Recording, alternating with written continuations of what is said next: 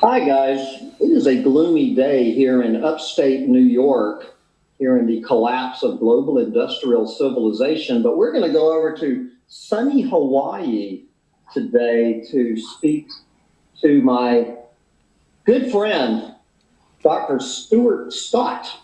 I believe you're Dr. Stuart No, Scott. I'm not a doctor. I wish I I'm already giving you a PhD, Stuart, but he should be. We're going to give this man an honorary doctorate here on Earth Overshoot Day, Yeah.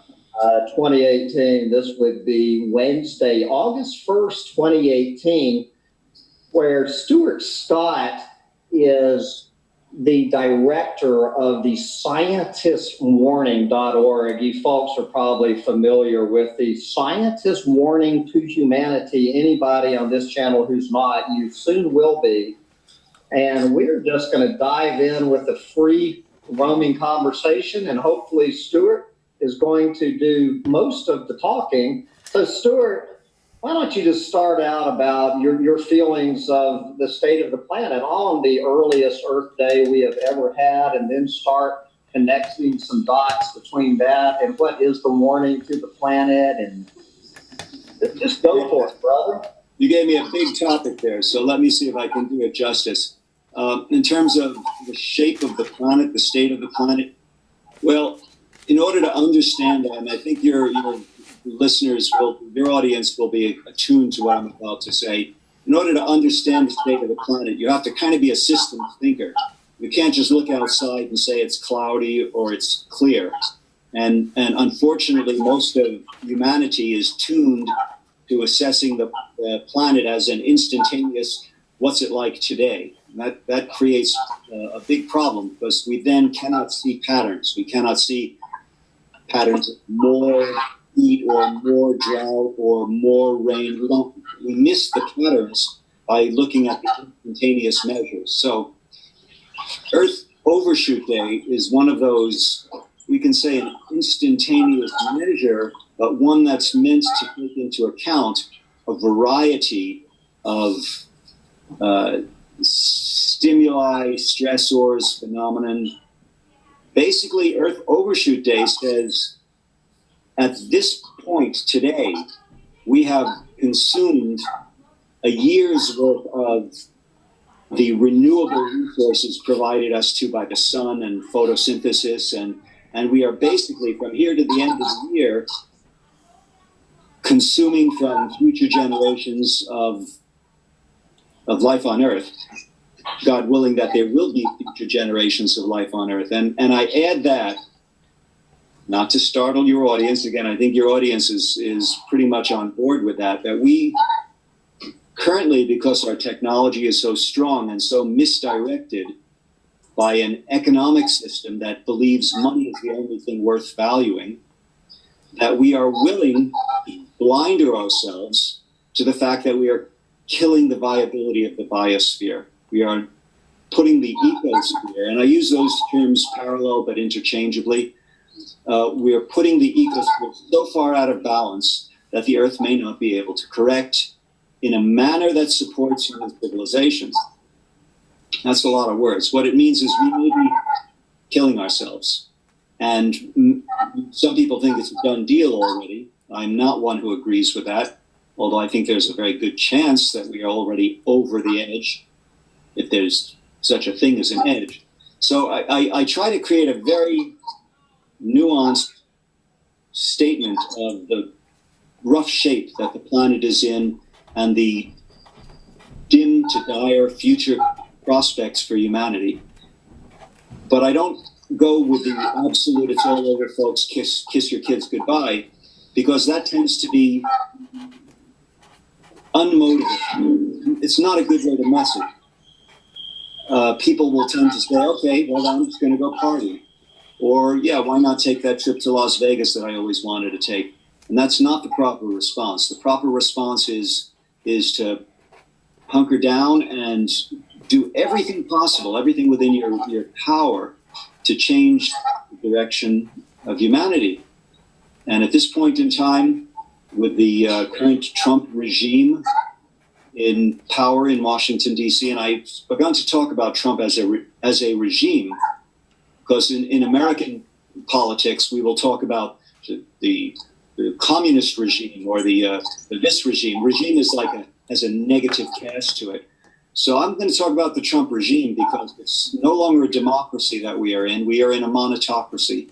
Our government has been purchased by the fossil fuel industry that now controls the Republican Party and the president. And I'll have to say that Trump is a distraction. He's a clown. And he's been allowed to be in there. Believe me, Republicans, the guys with the money, when they are done with Trump, he'll be gone. They will permit him to be impeached and kicked out of office. Well, he's going to war with the Koch brothers on Earth Overshoot Day. So there you go, an interesting political battle. But I had not followed that one yet. Okay, there's always news like well, I don't want to go down. We don't talk a whole lot about politics on the last Chronicles. I'm welcome to cut that part about Trump. No, absolutely. Leave everything in this interview in raw, and you can trim it from your end. But anyway, I want to just talk about your website. It sounds like you're claiming that looking forward as Earth Overshoot Day gets earlier and earlier every year, you're telling me you're not totally a doomer, but I've got to admit, Stuart, your own website, starting with the name, the Scientist Warning, it looks pretty bleak. You divide it up, and I love how you start out with population being the first thing you talk about in the Scientist Warning.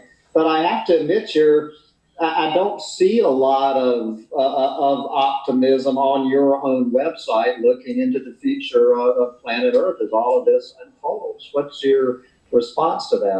Optimism would be an inappropriate response to our current situation. However, that being said, as dim or dire as things look at present, we have to shake people into the realization that we have a huge challenge and provide a way for them to get involved in turning things around. My formula is that hope equals action. I've noticed that when I get the most down about the state of the earth and our future prospects, our being not just humanity, but life on earth, I consider myself a part of life on earth and subservient to that part of humanity. I'm serving life on earth. When I get the most down about that, the way to bring myself back up is to get back to work. So I create hope by doing things, by creating action. And I'm always in a receptive state for the ideas that I have, because those ideas, to me, with my spiritual background, are inspirations from, shall we say, the universe, from life itself talking to me, from Mother Earth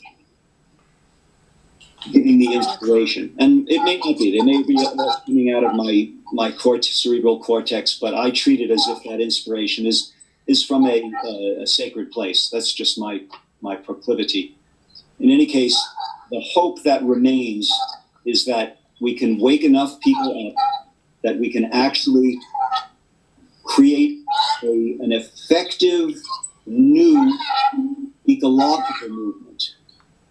Now, you asked that. I want to get into that, but first, let's just recap. Now, I have been reporting for years on that other channel about the Scientist Warning. I just want to talk a few minutes about, in your own words. I'm going to put a link to a link over to the PDF with the abstract and the full warning. But give us a little history. I understand that we now have two.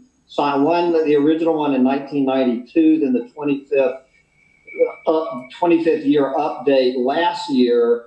And the update, looking back 25 years, it looks like we've only gone farther and farther away from the direction we need to be going. So just summarize, what is the warning and who is the warning sent out to? I guess humanity, right? Okay. Yeah.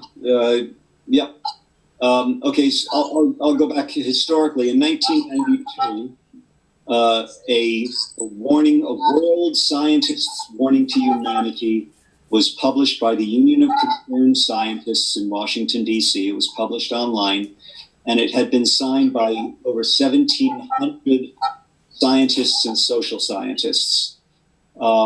It made a splash. Notice was taken of it, at least in the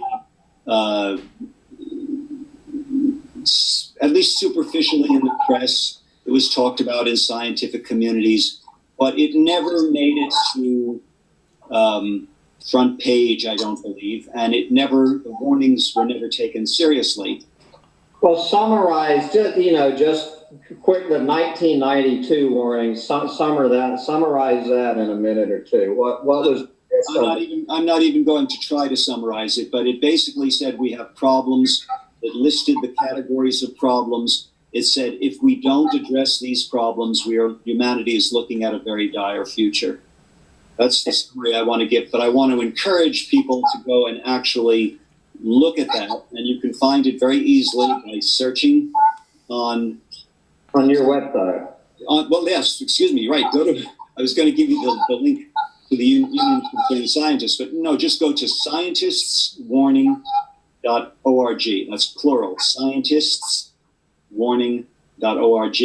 And if you scroll down the page, you will see a point where the original one is on the left and the 25-year update, as you called it, is on the right. And you can click on either one and get them. Okay, so in 1992, the gist was that they were warning about the dire future if they did not follow these warnings. Well, 25 years goes by, and it seems to me that the very dire warnings they were talking about were coming to fruition in 2017. And certainly that Earth Overshoot Day is a day earlier than it was last year.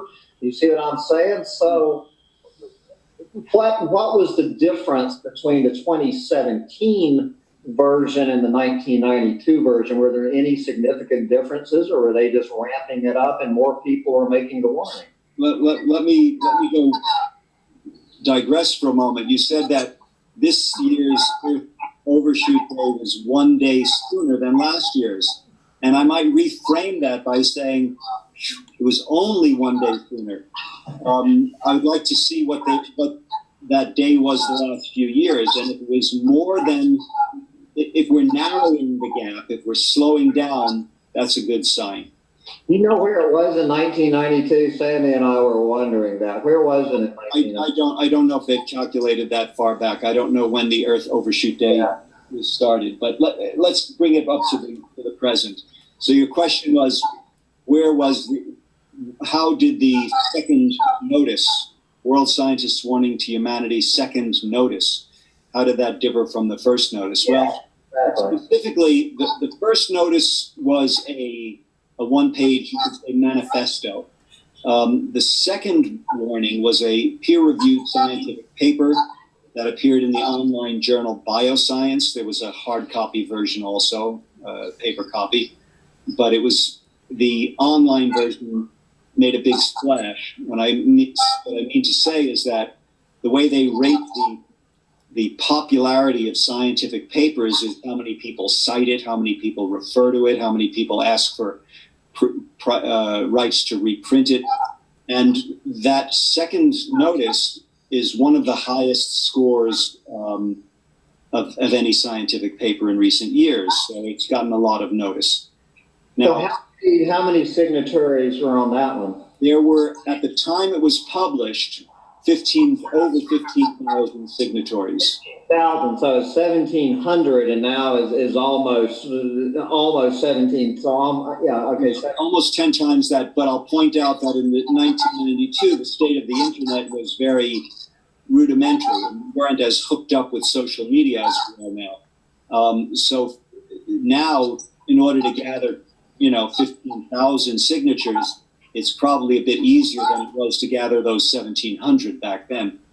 That being said, 15,000 was just the number at the date of publication of the article.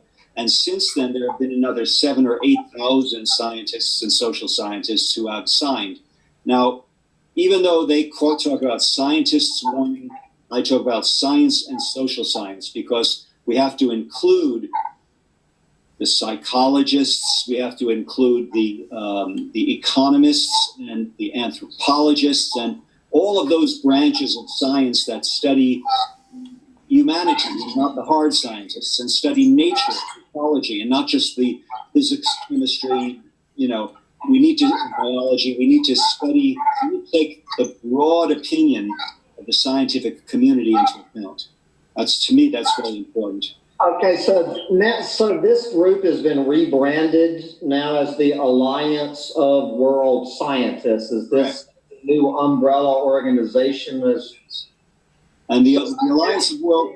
I mean, I have the definition in front of me, but I could read it out loud, but you just tell us who is the Alliance of World Scientists going forward into this debate? Well, I have not memorized their self-description, but my knowledge of them is that they are a group of scientists and social scientists significantly concerned about the future of humanity, trying to wake us up to our future prospects if we don't change quickly. Okay, just real quickly, what it says here on the website.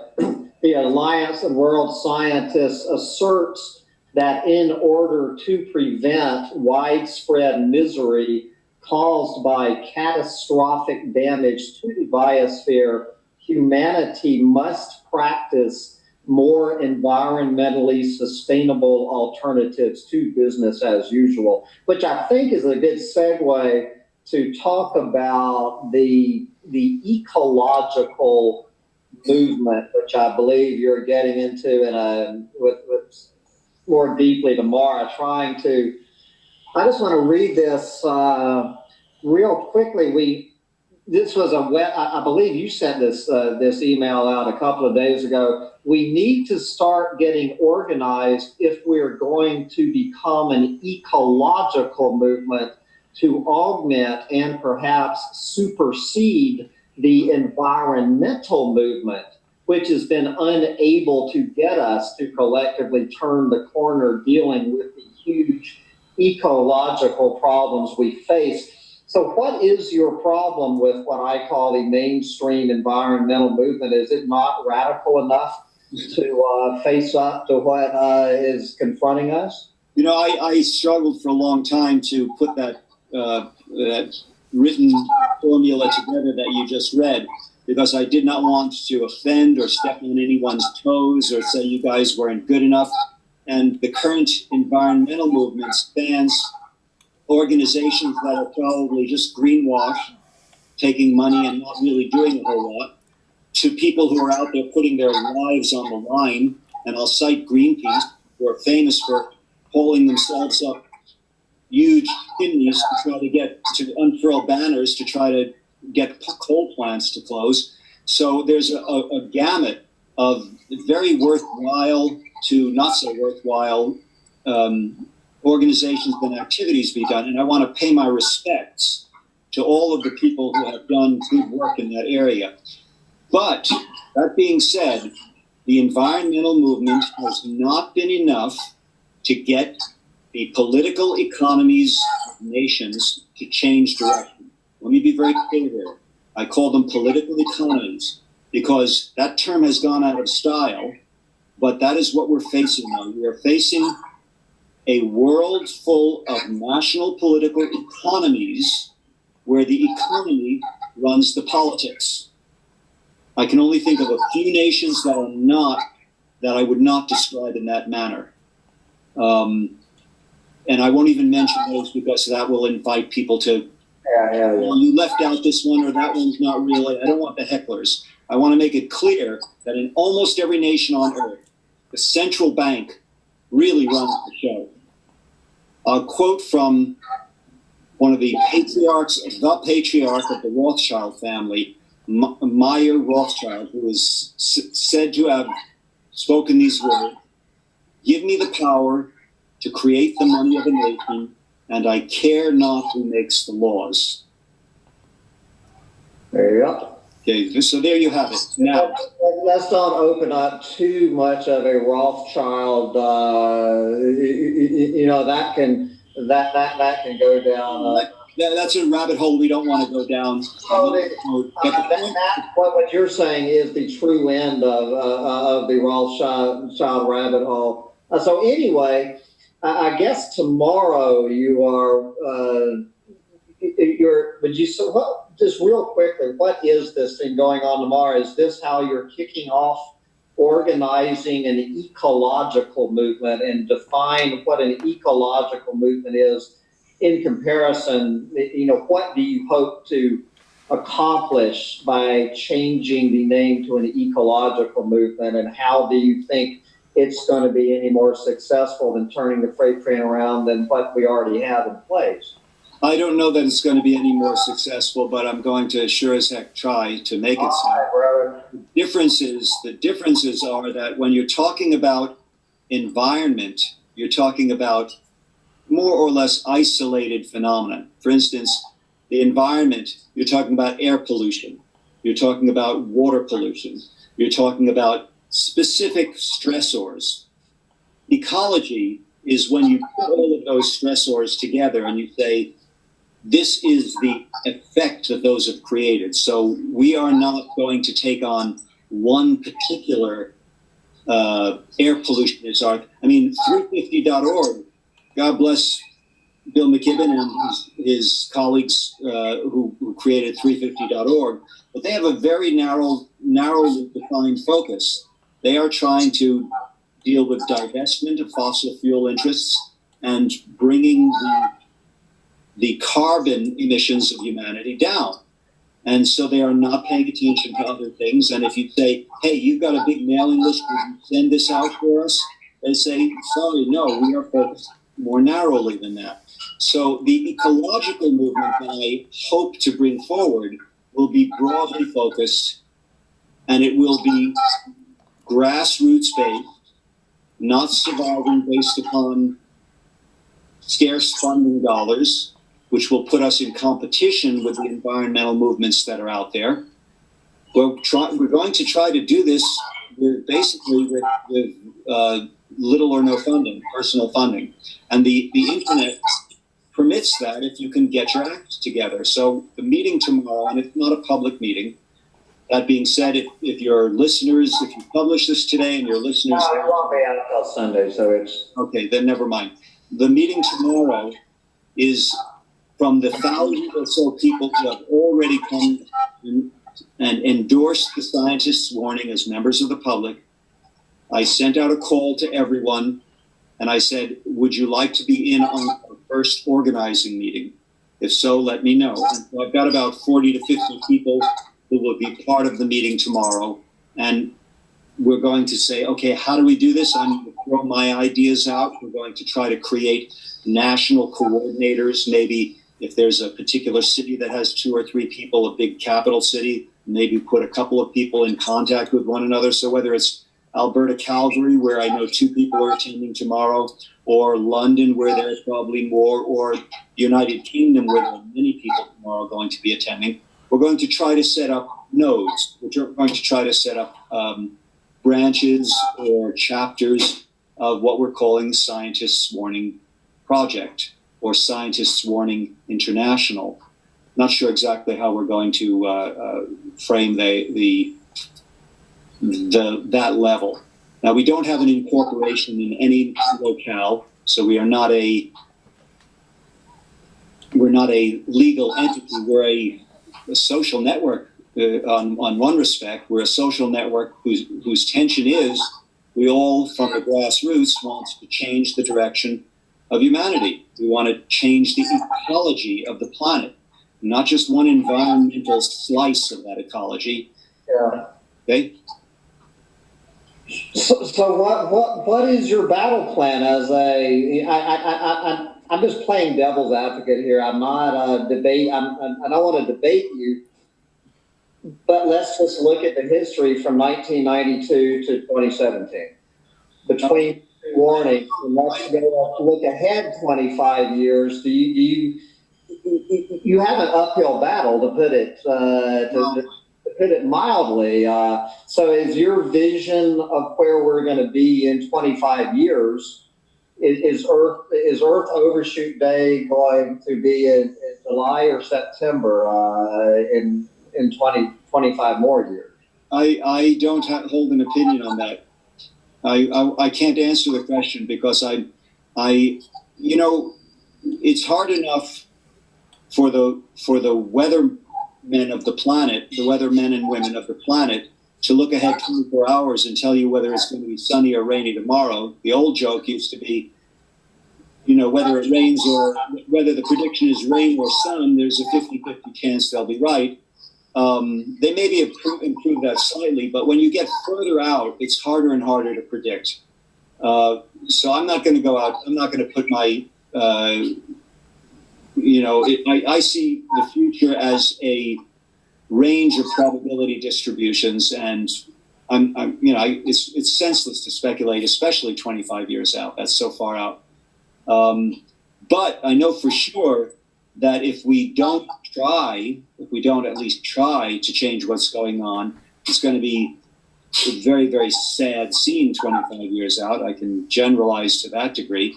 There is a possibility that there will be few people around 25 years from now if we don't change what we're doing, because some of the stressors are existential in nature. The acidification of the oceans, the climate problem, population, the increasing patterns of drought being experienced even at relatively northern latitudes, threatening food supplies in the United Kingdom, for instance. We have a lot of things that are very disturbing going on now, and there are a lot of people who are waking up and getting scared. Well, this is a good time to be offering an alternative to the people who are getting scared. Don't just get scared. Don't buy guns and hunker down in your dugout. Get politically active at the grassroots. Not just politically, get socially active. So where we will be 25 years out will depend upon the meeting that I'm having tomorrow and how well we organize ourselves, in part. Don't know if that's a fair answer to your question. It's a difficult question.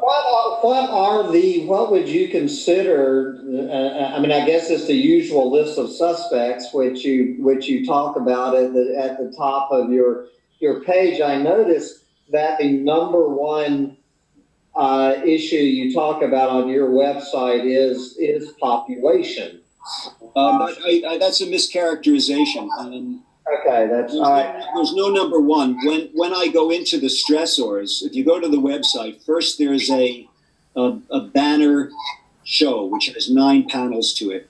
And population is the first of the 9 panels. No, the first of the 9 panels. If you stop at the very top and you refresh, the first is a picture of the Earth. Okay, yeah. That's the first panel. It doesn't talk about population.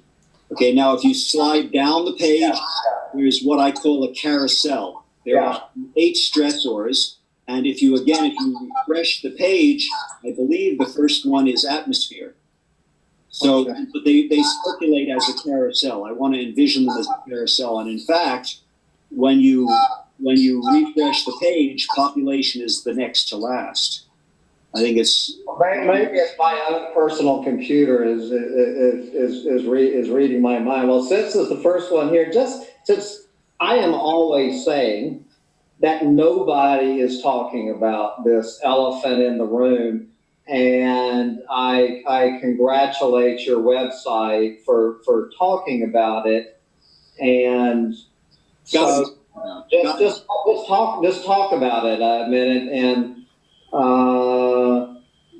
What is this going to look like as the 21st century unfolds? There seems to be, as you know, it doesn't seem to be. There is a lot of misinformation out there about just the total population of the planet, and then I believe it was you who actually went into the whole sub-Saharan African problem too. So I don't know if you want to go into. I'm not going to go into the interstices, the little nooks and crannies of the population argument, but I'm going to stay at a high level with that.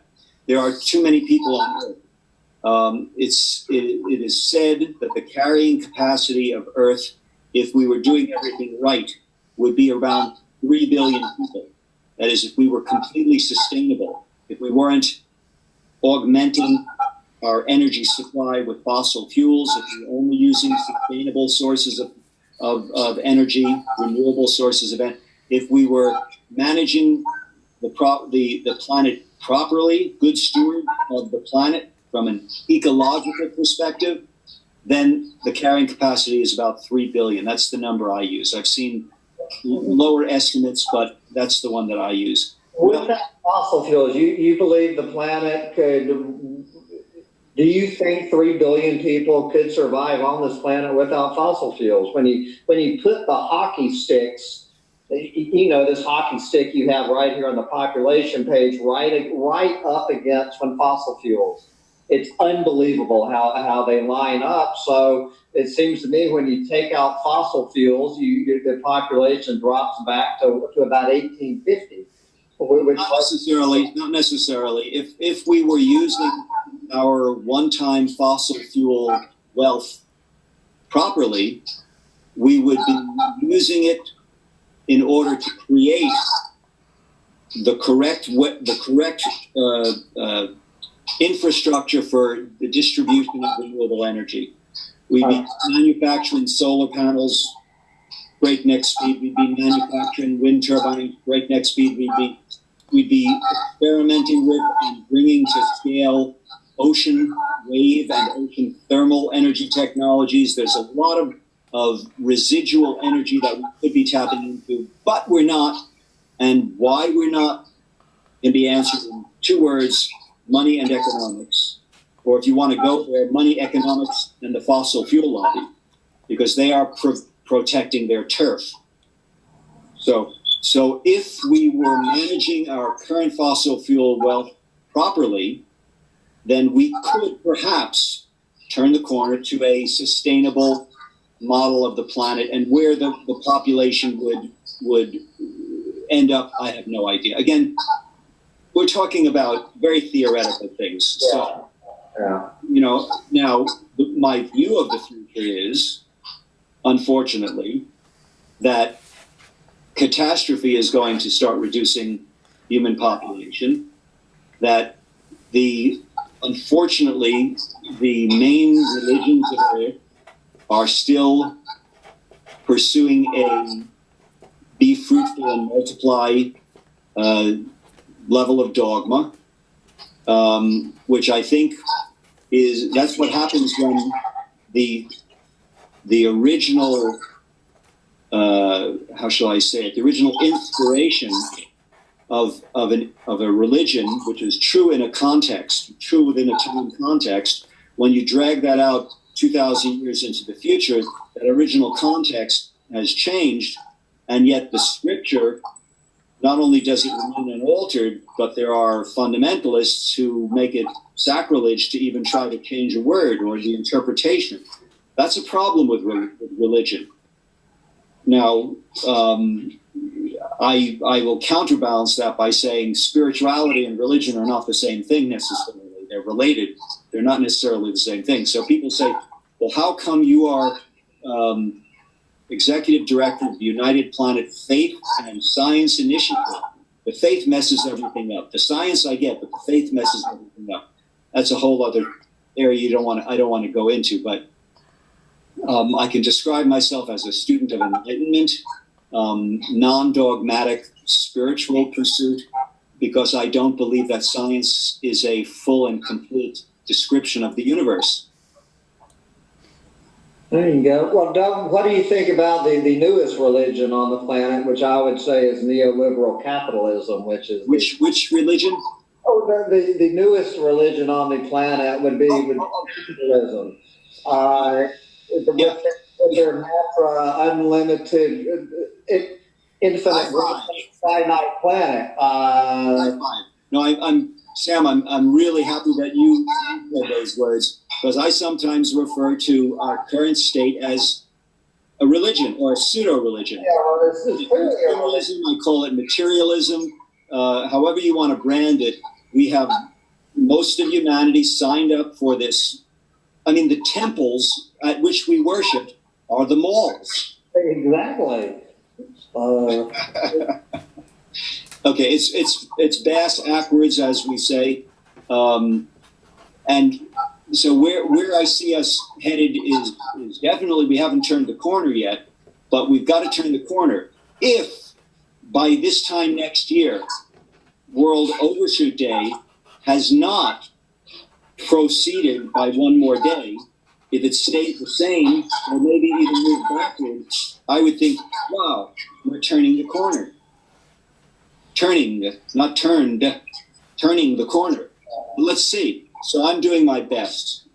I'm doing my best. And I'm asking all of your listeners, please put aside the dire warnings.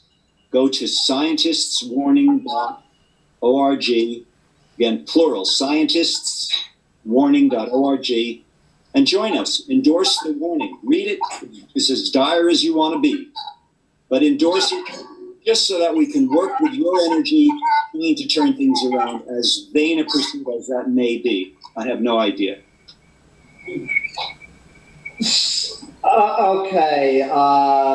Now, you probably don't like the word the doomosphere.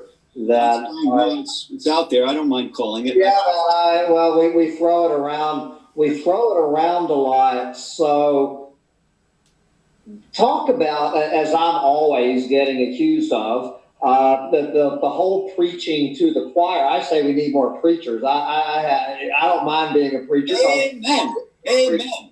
But talk about that, because you know that that some people are just going to roll their eyes. Even people who agree with you and me on every single thing you're saying, Stuart. But about this whole preaching to the choir, is the Donald Trump regime. Has Donald Trump ever even heard of either one of these warnings to humanity? You know what I'm saying? Yeah. How are we going to get the choir to listen to the preachers? Make this choir big enough to understand you cannot have infinite growth on a finite planet, just to drill that into people's heads. Well, I study that part of the internet, and I see that message coming to the fore more and more often.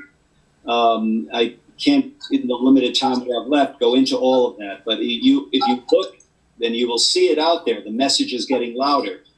So we want to link up with those organizations, agencies, individuals that are in agreement. There's a group, I'll mention one, a group called Positive Money, that is trying they're in the UK, but they're trying to message to the Bank of England. They're trying to get that same message out, that we can't grow forever on a finite planet, and that money is the source of the problem. Because money, by its being constituted as always interest-bearing loans, necessarily the money supply grows by that interest, which means there's more money next year than there was last year, pursuing the declining reserves of planetary resources. So it's out there. We need to bring all those together within this ecological movement that we're forming. I mean, if I'm successful, then this is very quickly going to get out of my control. That is, it's going to be a lot of people using the term, some using it correctly, some using it as greenwash. So my job is to try to lock down the term so that we really own it, and people can't use it incorrectly. Okay. I want to touch on one more of the 8 before, and then the people can go to the website for the other 6 list of usual suspects. It's hard. It would be very hard to say that there's anything good coming out of the climate change news in the summer of 2018.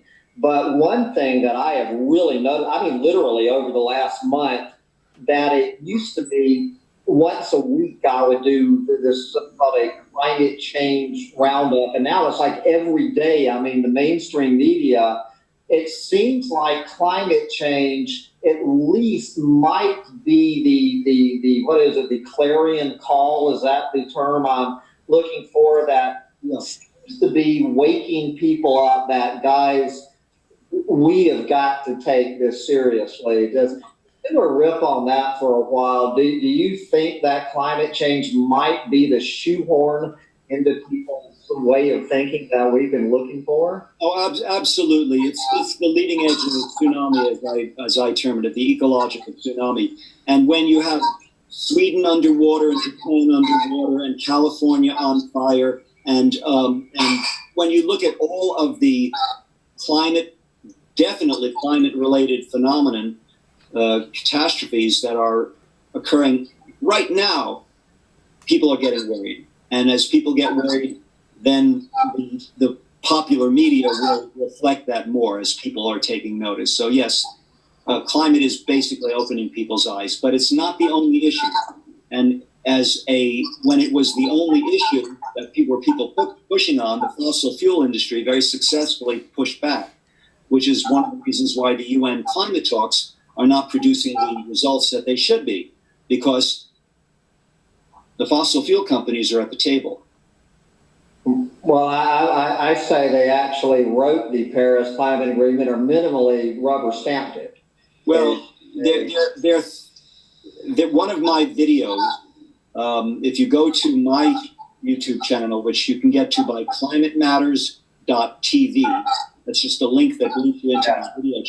One of the videos that I published was called "The Secret of an Oil Company Lobbyist," and I'll refer your listeners to that video because that very clearly reveals some of the machinations of the fossil fuel industry behind the scenes, very clearly. That was one video that I have borrowed on to reach my, well, at least my evil twin over there at that other channel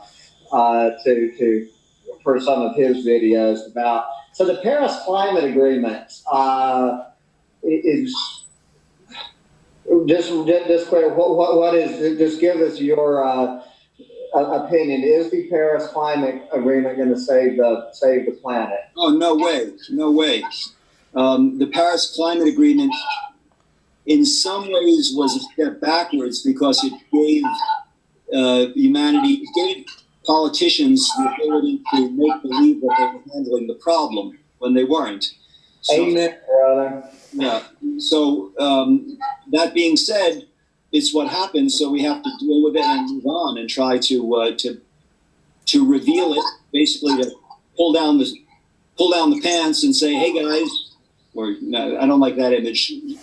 Point at it and say, "The emperor's got no clothes." That for this to succeed, the nations have to A, live up to their promises. They're not doing that. B, increase the what's the term they use? The ambition. Now we have to increase the ambition of our promises. They're not really doing that awfully well. Few are. And C, what's hidden in there is even with increased ambition, we have to be taking carbon out of the air with technologies that have not been deployed at scale. And we had to have started a couple of years ago. So it's like, huh?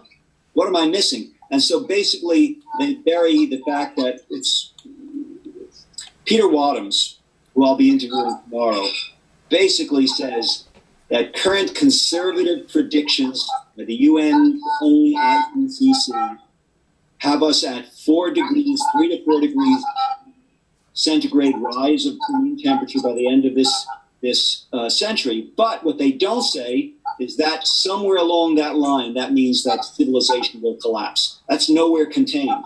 So they'll give you the objective range of the target, the number, but they won't say that means collapse of civilization. So we've got a problem.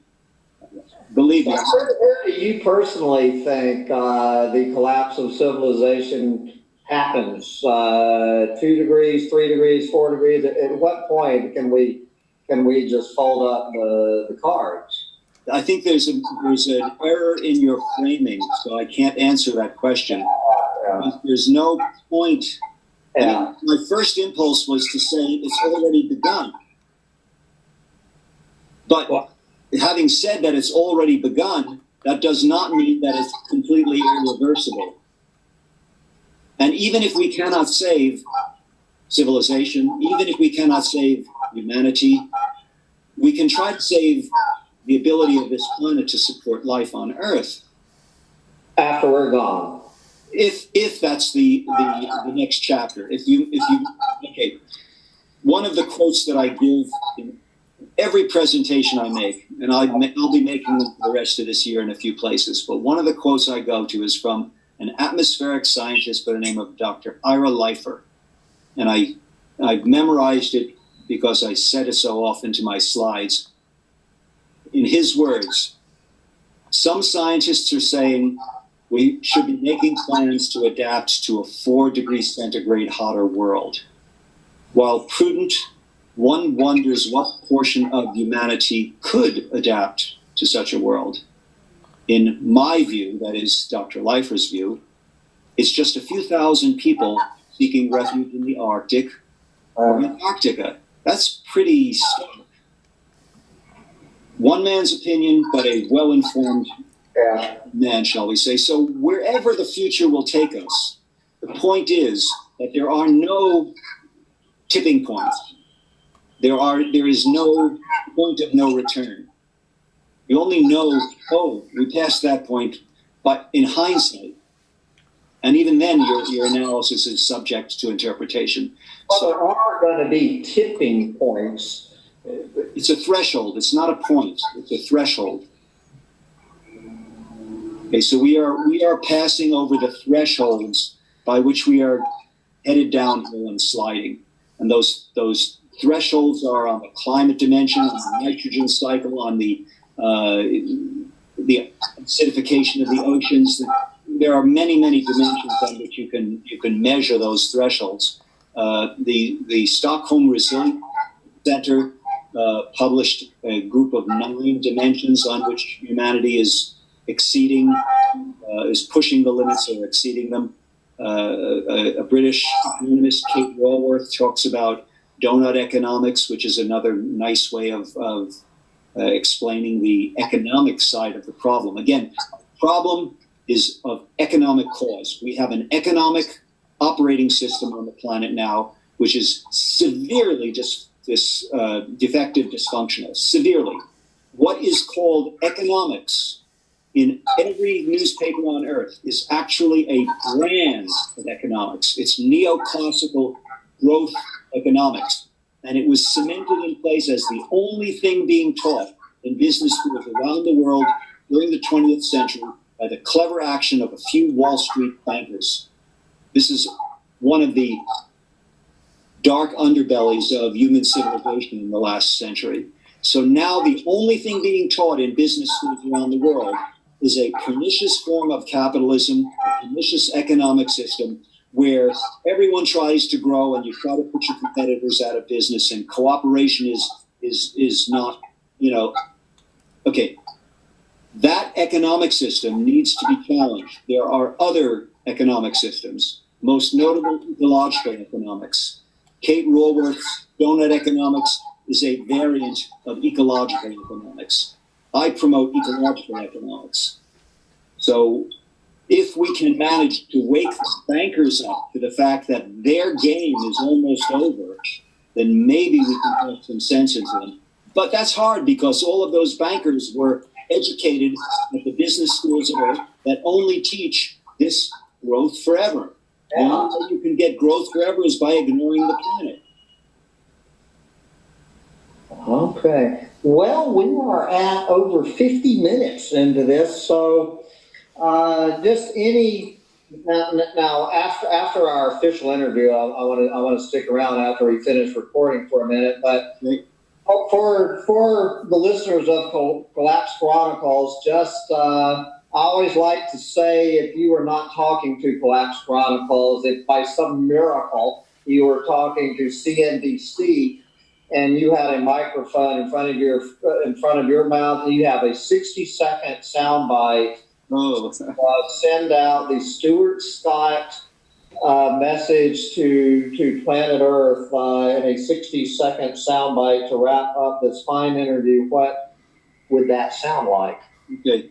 What I would say to people is, if your life, the lives of your children, the lives of the nature that you see when you look out your window, if that is of any value to you, you need to understand that all of that is threatened at the current moment, and that your action is important in improving the future prospects of you, your family, and life in general. Okay, well, Stuart Scott, we very much appreciate the work you're, the thankless, oftentimes thankless task that you're doing. Tough and dirty work, but somebody's got to do it. Yeah, and keeping up the good fight. And once again, Stuart's website is scientists, that's plural, scientists with an S at the end, warning.org for a lot more information. And one more time, your YouTube channel. ClimateMatters.tv. It's a pun on the term climate matters. It says climate matters and climate matters. So it's not a .com, not a .org, it's a .tv, because it specifically is for the display of videos. Okay, well, folks, keep on keeping on with finding out more about Stuart Scott's fine work. And again, brother, keep up the good fight, and thank you very much for taking an hour out of your very busy schedule, because I know you have a big day tomorrow, so I will let you get back to your life now. Okay, thank you very much, Sam. Bye-bye.